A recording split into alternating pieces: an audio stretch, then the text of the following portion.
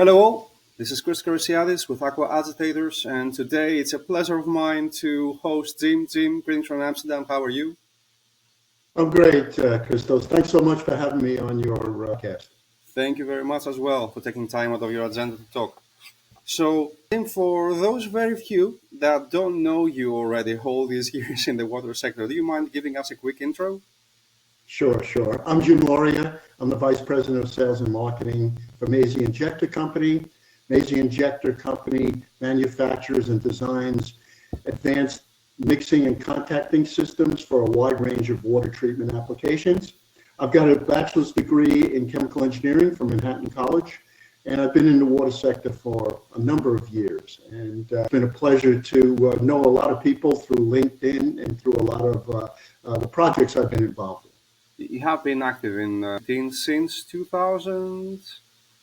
2004, just around the time when it was first instituted, I got on it and been a loyal participant ever since. So you do understand the importance of storytelling in general for the water industry, right? As with any other sector, and you have made it a bit of your flag lately to try to promote, how do we convey the message as water professionals? So would you mind telling Yeah. us a little bit more about it? Yeah, so the idea is this, Christos. Look, if we as water professionals don't tell our story and explain to the general public why water is so important and the value of water, then we're not going to get the payment for our products and services like we should. Hmm. So it's important for us as water professionals to not only to do it for the economic benefits, but also, it's the right thing to do. Water is important. It's a precious resource. And so storytelling has been a big part of what I want to convey to the water professionals in a lot of different ways. I've got my LinkedIn newsletter, To Know Water is to Love Water, and then co-host a podcast with Adam Tank, What Are We Talking About, to bring storytellers, the best storytellers in the water space, and learn from them. And promote the idea that, look, we got to tell water story, because if we don't, no one else really will. So what are the first principles that we should think of when we build our message outside of our immediate professional bubble? Right. So a couple of things. I always think that as a storyteller, you not only have to talk to people's heads, their brains, but their hearts. So if you can bring, number one, data into any kind of story to really show the advantages, the benefits of taking care of our water resources, or how to improve the purity, quality of those resources, then that's really important. But you also have to have an emotional connection. We're all human, and that's who you're telling a story to. So it's got to be that combination. So I like to tell case studies in that kind of way, to use the data, explain to people the advantages, economic, social, environmental, but also address their heart and tell it in an authentic. So we have been doing this more or less for quite some time now, but we don't see any actions taken either from the end clients or from the government. So what has gone wrong? Well, I think some of the things is that we as engineers, I mean, most of us, I'd say a lot of us are engineers, speak more to the numbers, right? To the designs. And I don't think we're doing as good a job as getting emotionally involved with our products, our services, and story. And it's the will of the people. And if we don't, explain to the general public why it's important for them to recognize the value of water. And I think one of the other things too, Christos, is that we have to connect it to what's really important to us. So I like to look at it as water and how it's connected to health. Hmm. Water, how is it connected to our food supply? Water, how is it connected to our energy sources? Water, how is it connected to our money? How is it connected to our technology? All these things really are recreation. All these things have to be connected so that people don't just like, oh, it's water. I mean, we talked a little bit, before going on about about the fires down in LA. I mean, it's firefighting is you fight fire with water.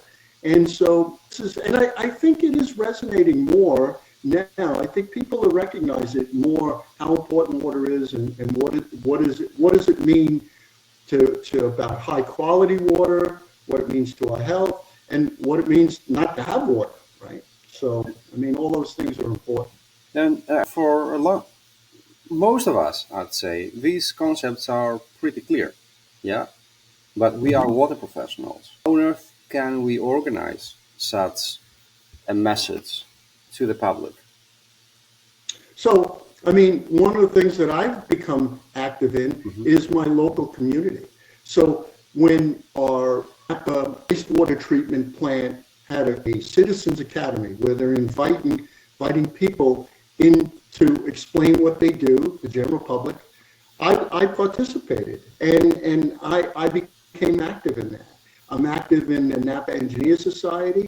So it's local, right? So whatever you can do for the local community where you're at to help promote these kind of things that are going on is all going to be important. Active in your governmental community when they have rate hikes. People are voting against. Hey, they'll pay so much money for their cell phone, for their Netflix account, for Hmm. for their internet service. But you raise their water rate $5, they go crazy.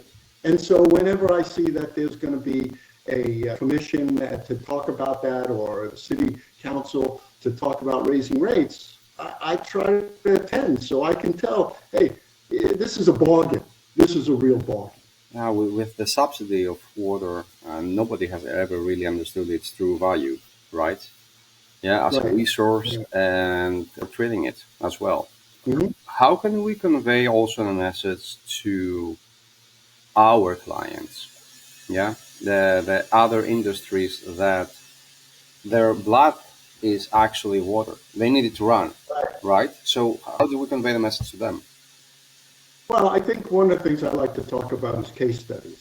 And how did this particular application use your technology, your products, your services to generate income, to make sure that their plants were running? I mean, my philosophy about water is that every industry, every particular plant is a watershed. It's an industrial watershed. And you've got water coming in to do whatever you need to do. If you're producing microchips, you've got ultra pure water you need for that. If you're a brewery, you're using that. And then you've got this campus and you've got rainwater coming down, you've got effluent. And so, how can you tell a story of your technology helping that industrial watershed be more efficient and do a better job, not only for improving their economic performance, but also protecting the environment, what that effluent is leaving? Can you recycle a lot of that effluent to be able to use it internally, cleaning processes, cooling, whatever it might be? So that's how I look at it. I look at it trying to tell the story from that perspective. Do you think that's because we are bad storytellers as an industry, we haven't received the attention that other sectors did, such as energy, for example? Yeah. Well, I mean, I think you brought it up when we really know the true value of water? And so it's always that kind of conversation. What's that true value of water? When you're talking about it has been undervalued for so many years. People think it should be free. It's a human right, but it costs money to pump it out of the ground, to treat it, to distribute it, all those things. It can't be a free resource. There's got to be some kind of economic assessment to it that says it's worth this much. So essentially, what we need is people with really good soft skills in a very hardcore engineering industry, right? So Exactly. how can we attract those people? Attracting the people is a challenge. I mean, one of the things we do around attracting people is, and you feel it, I feel it. You know, we've been in the industry. I've been a little longer than you, but we feel a passion for it because it's more than just a job. It's really a feeling around, hey, I'm doing something that's really important for the world, and that's why I get up in the morning. I mean, it's given me a great lifestyle. You know, it pays my bills. No one's going to get rich in the water industry unless you come up with some kind of super product that can do something that no one else can do. But it's a steady income, and it's a steady industry. It's going to be around. It's going to be for a long time. It's always going to be important. For sure. But we try to give a title to these people that would actually help us. What would that be? Where, in which departments should these people be reporting to? Like sales, for example. Well, What would be a good department within the water companies for storytellers to grow? And well, I what think, skills should they yeah. have in general? Well, I think the first place you start is marketing, right? I Hmm. mean, they're typically the people that are positioning the product, the brand in the marketplace. Hmm. So, I mean, that's the first place, right? Salesmen, I mean, the sales department, that's somebody that's out there. They're the eyes and ears of the company. They're the ones talking to the customers. Hmm. So they're the ones making presentations. They're doing the lunch and learns. They're speaking at conferences. So the communications team is probably the first place to start. I know for a fact that some of the best communicators in the water industry have come from outside the water industry. We've interviewed some of the people where they were news reporters, they were anchors, they were anchors on TV stations, Hmm. they were people that were writing for newspapers, for periodicals. They have those skills, journalism skills, investigative reporting skills, things like that. I think we can use more of those people rather than, it's important. I mean, we're an engineering based, as you said, designs, projects all require engineering skills, but we can use it. We can do a better job of recruiting people from outside that, and people that can do a better job of communicating. Yeah, yeah. And I'm wondering what can we offer them as an industry in order to come to work for us. Well, I mean, we can offer a couple of things, right? I mean, the employment, as I said, the water industry isn't going anywhere away anytime soon. And that passion of doing something good for the world, protecting this precious resource that we all rely on in everything we do, no matter what it is. It's water's involved, even if you don't recognize your cell phone, right? You've got a cell phone, it's got 60, 70 different types of minerals. And I used to be a CEO in a mining industry. I know how much water it takes to treat minerals, to purify them, to do the wet beneficiation processes, to regrow. When you mine these minerals, you have to plant trees back into where you disturb the earth, Hmm. and water for that, dust control. I mean, you go down the list. So, I mean, everything you have in your hand, in your house, around you, some aspect, water has been involved. But beyond storytelling, yeah, how can we act as an industry to showcase the water value and thus our value as well? For example, transparency be one Hmm. of our priorities because people still consider us, a lot of them, as a magic black box. Hmm. Hmm. Should we, for example, showcase how the money are spent in treating water and recovering it? Yeah, I mean, I'm all in favor of that, and showing the benefits of each step of the way. And I think a lot of the utilities are doing a better and better job of that, explaining to their ratepayers exactly how they're going forward with the design of their system. It's on their websites. They're sending out mailers. They're doing a really good job. Like I said, this sanitation district that did this Citizens Academy. It was amazing to me. They took the people up on the filter deck and showed them how the filters are removing these contaminants. They showed them the belt filter presses that they were using. I mean, things that you and I mean, we've grown up with this stuff. But it was really, I mean, it was really illuminating to see the faces of the people, to see how they understood the process of treating this wastewater that I take for granted, you take for granted. And so I think the utilities are doing a really good job of trying to educate the general public about what it takes to treat their drinking water and what it takes to treat their wastewater. On an end client level, yeah, beyond the public, do you think that potentially a blockchain or water credit system could work out in order to showcase to them how much water is worth and how much risk mitigation they can take? Yeah, I think showing how they're processing the water. I think the idea, Christos, is that they need to understand, if they can understand the complexity, right? And you said it before, black box. I mean, a lot of people think water comes in really, really dirty into this something, some kind of equipment. They don't know what it is. They don't understand the stepwise process it takes. They think it goes in one end and then it comes out the other end automatically clean.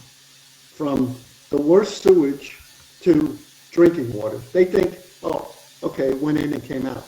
I think we have to explain to the general public it's a stepwise process.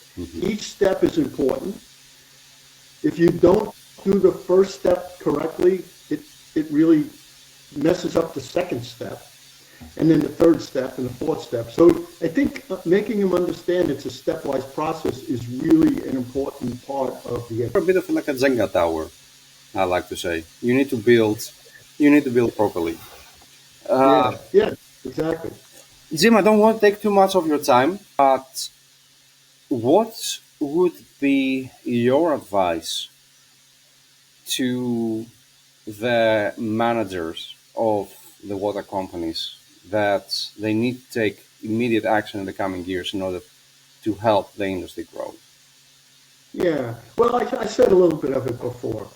If we can find people, good storytellers, that not necessarily are in the water industry now, and attract them to be able to communicate the value of water better, I think it's going to really be worthwhile for all of us. Because if people recognize the value of, let's say, Maisie's technologies, then it's going to raise, I always joke about this, rising tide lifts all boats. And if we in the water industry don't understand that concept, we're in a lot of trouble, right? And so anything I can do to help raise Maisie's profile and understanding of our technology is going to help your business and everybody else's business in the water industry. So I would say it's all our duties to really explain better what our technologies do in very simple terms, and again, talk to the brain and talk to the heart of keeping both the emotional part of the storytelling as part of the campaigns. Jim, I would like to thank you very much for taking time out of your agenda to make an appearance in this podcast. I'd like to thank also the listeners for being with us. Best wishes So from now. thanks so much. I really appreciate the time. Thank you. Take care, and we'll stay in touch. Bye now.